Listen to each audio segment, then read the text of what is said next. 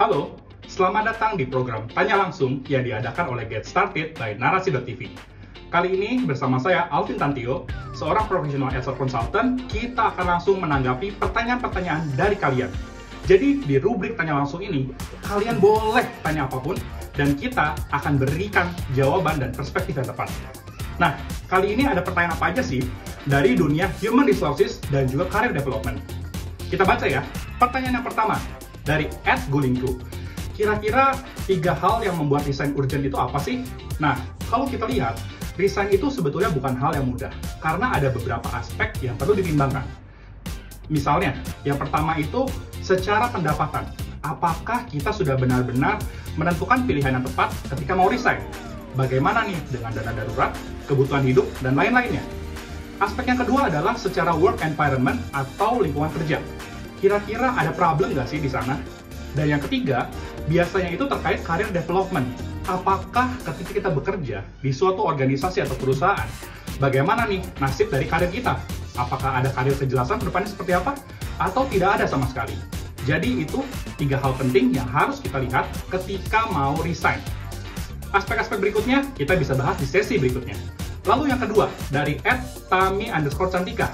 Menurut Mas Alvin, bisa nggak sih kita nego soal sisa kontrak kerja dan bagaimana caranya supaya pisahnya baik-baik? Terima kasih. Nah, nego kontrak kerja ini harus dilihat dulu nih. Apakah untuk perpanjangan atau misalnya untuk selesai lebih awal? Karena yang namanya kontrak kerja, kita harus sesuai dengan durasinya. Adapun kontrak kerja itu dibuat supaya kedua belah pihak, baik pemberi kerja maupun pekerja, sama-sama mendapatkan hak dan kewajiban yang seimbang. Jadi kalau misalnya memang kamu ingin negosiasi untuk mempercepat kontrak, cobalah kamu diskusikan dengan manajer kamu. Tapi tentunya kita harus mempertimbangkan dari sisi manajernya atau dari sisi perusahaan. Jangan sampai nih kita terburu-buru, tiba-tiba H-1 bulan, H-1 minggu, lalu mau mengajukan resign, padahal kontrak kita masih ada jangka waktunya. Nah, sebaiknya coba diskusikan baik-baik, lalu jelaskan kira-kira apa sih yang melatar belakangi atau menyebabkan kamu ingin mempercepat kontrak kamu.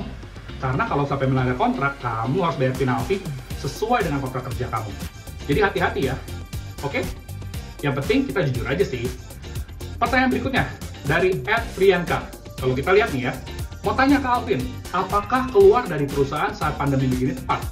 Maksudnya begini, betul kalau penawaran di tempat lain untuk gaji dan benefit lebih menggiurkan. Tapi apakah tepat? Karena mempertimbangkan faktor probation.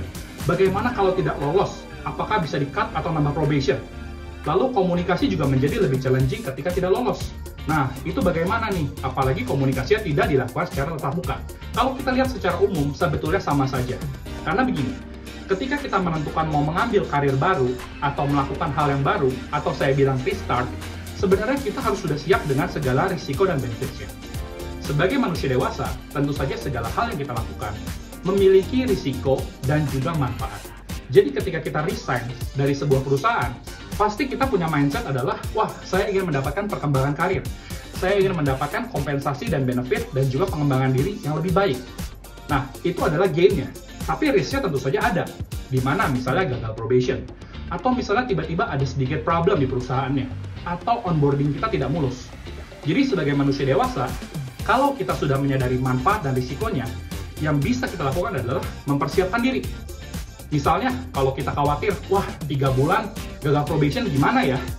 Harusnya kita sudah memikirkan dari jauh-jauh hari bagaimana dengan dana darurat kita, bagaimana dengan plan B, plan C, plan D, atau plan-plan dan rencana-rencana lainnya. Jangan sampai nih, ada suatu kejadian dalam hidup kita yang mengubah hal kecil, lalu membuat kita terpuruk. Jadi perhatikan ya, sebelum kamu mau resign atau pindah perusahaan, bagaimana nih soal perdulitan kamu. Semoga menjawab.